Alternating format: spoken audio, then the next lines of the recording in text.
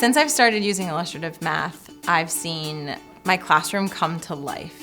Who wants to start our conversation about spheres?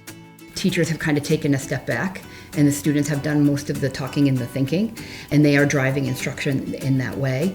If you cut it from the middle of the side down to the bottom corner, it would form a semicircle. It's so much more engaging. It's a better experience for both us as a teacher and for the kids. We chose to implement illustrative math in grades 6 through 12. The rigor was outstanding, and it really pushed our teachers to teach in a more conceptual framework than they were before. The illustrative math curriculum is different than other curriculums I've used before in terms of the students are doing the heavy lifting. Every day they come in and they know they're going to have some sort of task or problem that I'm asking them to solve without giving them much information ahead of time. So today we're looking at 3D figures, and we're going to look at how, when we slice them in all certain ways, how the cross sections look. And the students have to become comfortable with not knowing and having to dive in themselves with some sort of approach that they've come up with in order to take strides in their own learning without my lead. Can't you only get a circle from the sphere? That's what I'm asking you. I see a lot more student work being used. You know, the days of me being in a classroom in a kind of a chalk and talk teacher-directed situation, those days are starting to end now because of the curriculum. Addie, how do you think we would get a rectangle? Because if you cut it in half, then you open. I don't know. Evan, how did you get a rectangle? So if you cut it from there to the other corner, and then you go in the square a little bit, or in the cube a little bit, then it makes a rectangle. Okay, I'm having a hard time envisioning. If you cut off just the edge, there's just the edge over here, not perfectly in half, but Oh, I see what she's talking about. I think it really increases the opportunity for formative assessment because the teacher's circulating, listening, getting all that anecdotal data.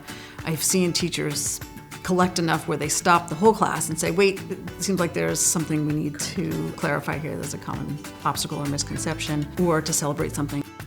Before, when I was in charge of designing my own lessons and coming up with a day-to-day plan and creating those materials, I was always worried about students being bored, whereas now I don't have to put my time and energy into creating those materials. Those are already made for me and they're really rich as far as the tasks go, and I can put my energy towards bringing those materials to life. Teachers have done outstanding. You can't minimize the heavy lift that these adoption of these resources entails. They're meeting on their own during preps to really figure out this work, tapping our curriculum coordinators who also do coaching when they're stuck, or to come in and just see something great that's happening. At first, it feels very overwhelming, especially for teachers who have never taught in this way before. So our district has done a really great job at giving us bite-sized goals. Let's keep the warm-ups under 5 minutes. So they would come in and just observe that, and we knew that they were looking for that. Just chunking it makes it way more manageable as a teacher rather than feeling the pressure of all the changes at once. We created a tool for teacher reflection, so after the walkthrough, principals share that reflection tool with the teachers so that they can help share what they need, what they've learned, where they're growing. And kind of really refining professional development to kind of help them move forward and kind of celebrate small successes along the way. The internalization process has really helped me become very familiar with the illustrative mathematics materials because it forces me to go through each lesson and each task and plan ahead. It gives us that time to really work through the content and how we want to approach it in our lessons. And I think the more we are prepared as teachers, the better experience the students have. The more open-minded you are going into it and the more you embrace the curriculum, the better it's going to be for you and your kids.